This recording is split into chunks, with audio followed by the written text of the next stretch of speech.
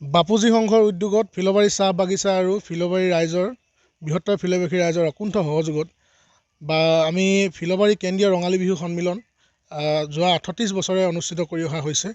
এই বছৰো ঠিক তেনেধৰণে আমি দুদিনীয়া বৰ্ণাঢ্য কাৰ্যসূচীৰে বাপুজী সংঘৰ উদ্যোগত আমি ফিলবাৰী কেন্দ্ৰীয় ৰঙালী বিহু সন্মিলন অনুষ্ঠিত কৰিছোঁ।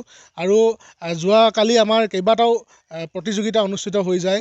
আজি আমাৰ আকৰ্ষণীয় প্ৰতিযোগিতা বিহুৱতী প্ৰতিযোগিতা আমাৰ এই মঞ্চত অনুষ্ঠিত হ'ব। আজি আপোনাৰ 5 তাৰিখ সোমবাৰ।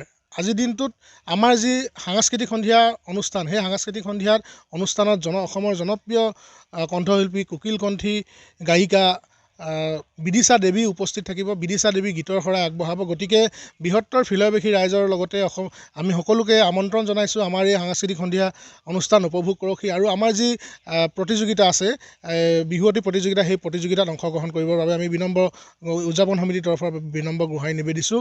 আৰু আমাৰ ফিলবাৰী কেন্দ্ৰীয় ৰঙালী বিহু সন্মিলনখনৰ যিহেতু এখন ঐতিহাসিক কেন্দ্ৰীয় ৰঙালী বিহু সন্মিলন, এই সন্মিলনখনৰ লগত সংগতি ৰাখি আজি আমি বৃহত্তৰ ফিলবাৰী অঞ্চলৰ কেইবাগৰাকীও আমি সমল ব্যক্তিক ইয়াত সম্বৰ্ধনা জনাম। শিক্ষাৰ ক্ষেত্ৰৰ লগত জড়িত, কৃষি ক্ষেত্ৰৰ লগত জড়িত, সাংস্কৃতিক ক্ষেত্ৰৰ লগত জড়িত কেইবাগৰাকী সমল ব্যক্তিক আমি ইয়াত আনুষ্ঠানিকভাৱে সম্বৰ্ধনা জনাম।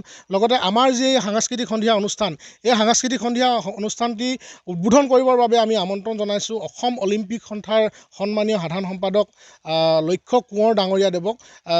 এজন সবল সামাজিক ব্যক্তি হিচাপে তেওঁক আমি এই আমাৰ সাংস্কৃতিক সন্ধিয়া উদ্বোধন কৰিবৰ কাৰণে আমি আমন্ত্ৰণ জনাইছোঁ। আমাৰ মাজত উপস্থিত থাকিব কেইবাগৰাকীও আমাৰ সন্মানীয় আমন্ত্ৰিত ব্যক্তি। গতিকে বৃহত্তৰ ফিলবাসী ৰাইজক আমি উদযাপন সমিতিৰ তৰফৰ পৰা, বাপুজী সংঘৰ তৰফৰ পৰা আৰু আমাৰ অভ্যৰ্থনা সমিতিৰ তৰফৰ পৰা আমি বিনম্ৰভাৱে আমাৰ এই বিহুখন সুচাৰুৰূপে পৰিচালনা হৈ যোৱাত সহায় সহযোগিতা দিহা পৰামৰ্শ আগবঢ়াই আমাৰ বিহুখনত উপস্থিত থাকি আমাৰ বিহুখন সফল ৰূপায়ণ কৰিবৰ কাৰণে আমি সকলোকে আমাৰ উদযাপন সমিতিৰ তৰফৰ পৰা আমি বিনম্ৰ গোহাৰি নিবেদিছোঁ।